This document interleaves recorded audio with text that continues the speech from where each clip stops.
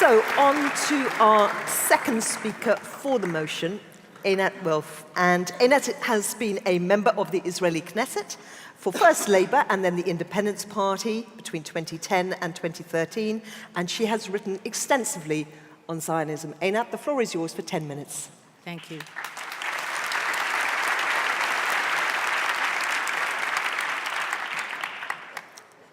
So, we seem to all agree that anti-Semitism is bad.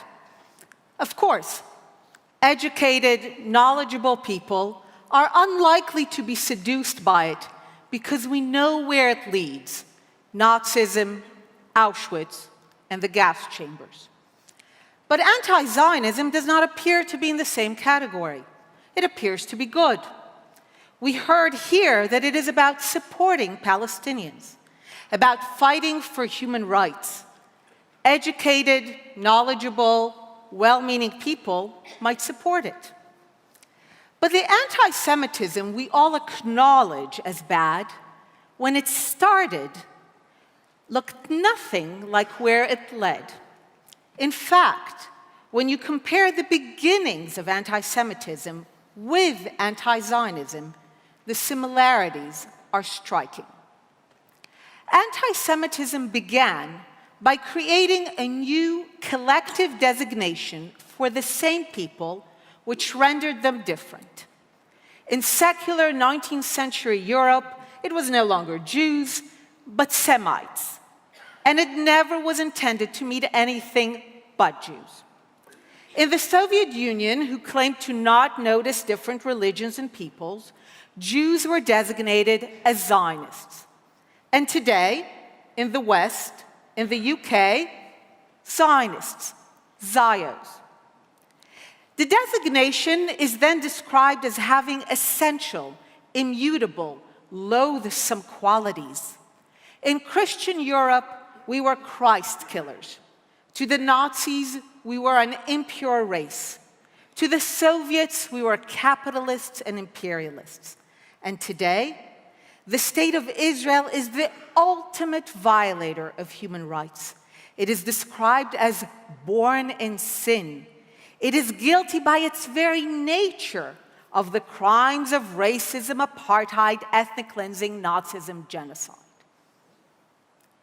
The designation of the group and ascribing of essential evil qualities is always given the aura of rationality and respectability by relying on the greatest source of authority of a given era: religion in pre-modern times, science in the modern era, human rights in our own.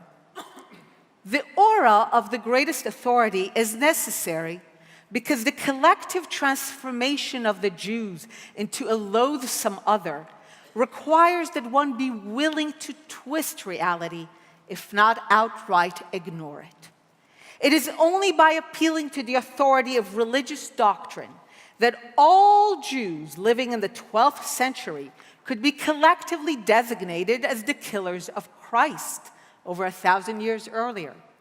It is only by appealing to the authority of a perverted science that the very Jews who contributed to European society could suddenly be considered as endangering its racial purity.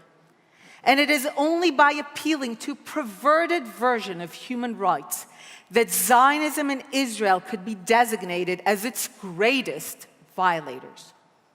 It is only by perverting the idea of human rights that those who were actually ethnically cleansed from every part of the Arab world could be accused of ethnic cleansing. It is only through this sort of perversion that the people who repeatedly said yes to partitioning the land into a Jewish state and a Palestinian state could be described as those who stand in the way of a two-state solution.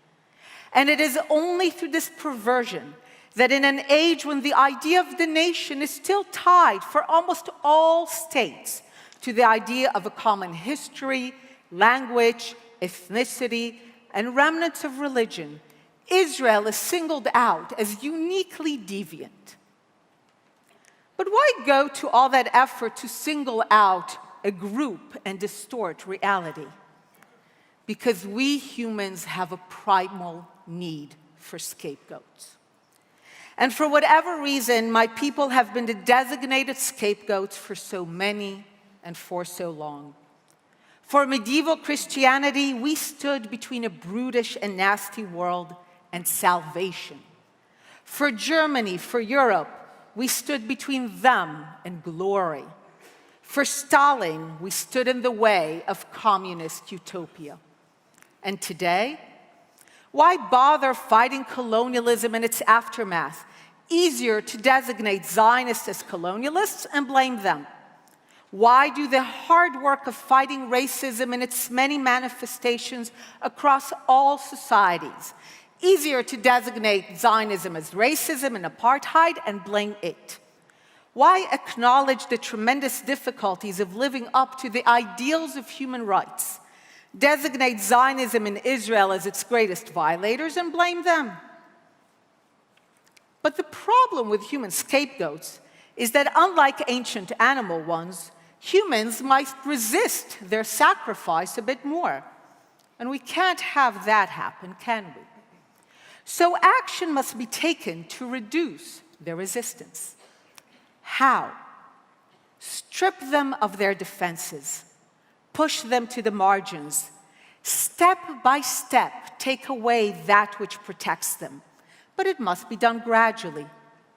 Anti-Semitism did not start by stripping Jews of their citizenship, confiscating their assets, and pushing them into ghettos. It started by slowly pushing Jews out of the positions they were able to attain after several decades of European emancipation. It operated by making it more and more difficult for Jews to feel comfortable in European society. Anti-Semitism also lured Jews into dropping their defenses, preventing them from organizing against the coming danger, telling them that if they were the good kind of Jew, for example, in Germany, those who fought for Germany in World War I, they would be spared. They were not. Note how anti-Zionism operates now. Its main targets are the two places where Jews have organized most effectively for their defense: the State of Israel and the pro-Israel lobby in the US. The legitimacy of both is relentlessly and uniquely questioned. Jews, now designated as Zionists, are increasingly pushed out of certain spaces. Jewish students in the US are slowly pulling out of universities known for their virulent anti-Zionism. Liberal activist Jews are finding they are increasingly unwelcome in progressive circles. Jews here in Britain are finding they can no longer be in the Labour Party, their traditional political home, wondering if they might one day have to leave the country altogether. Anti-Zionism also lures Jews to give up their defenses. We heard it here. Why don't we all live together in a single state?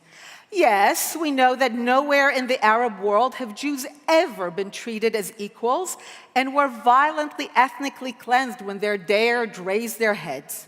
Yes, we know that binational states, certainly in this region, but not only, descend into bloody mayhem. But we assure you, this one will work. Just forgo your insistence on having your own state where you control your defense.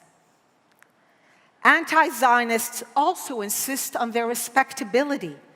They will try to convince you that the fact that the targets of this new form of virulent hatred bear a striking resemblance to those who were targets in previous times is sheer coincidence. They will insist that the fact that the charges against this group appear like variations on the ancient themes of anti-Semitism is sheer coincidence. They might even convince you they are fighting anti-Semitism, but the old, easy-to-identify kind, which we already know is bad. And this is where it all comes together. In the past, waves of Jew hatred and anti-Semitism did not arise from something that those who were hated actually did.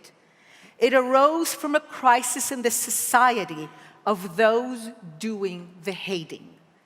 And in an age of crisis, especially a crisis of identity, when we're no longer sure who we are, what we stand for, we desperately need certainties. And there are few greater certainties in this world than that the Jews did it. And so the Zionists are designated as a collective group, which happens to coincide with the group previously known as Semites and Jews. They are then ascribed the most loathsome qualities of our time by appealing to the great authority of our era, and then they are slowly subject to a process designed to strip them of the means of resisting their ultimate role as scapegoats for the crisis of the era. And when that process would be complete, the scapegoat could finally be sacrificed in the vain hope that in doing so, a better world would emerge. It never does. And this is why the topic of this debate is not just another topic. It raises the very specter that we might be a society on the precipice, which is why we are here today, in the hope that some of you will see the deep, insidious undercurrents, so that this time we will not have to wait to see where anti-Zionism leads, and only then look back in hindsight and say, ah, yes, that rising wave of anti-Zionism was indeed the new form of anti-Semitism.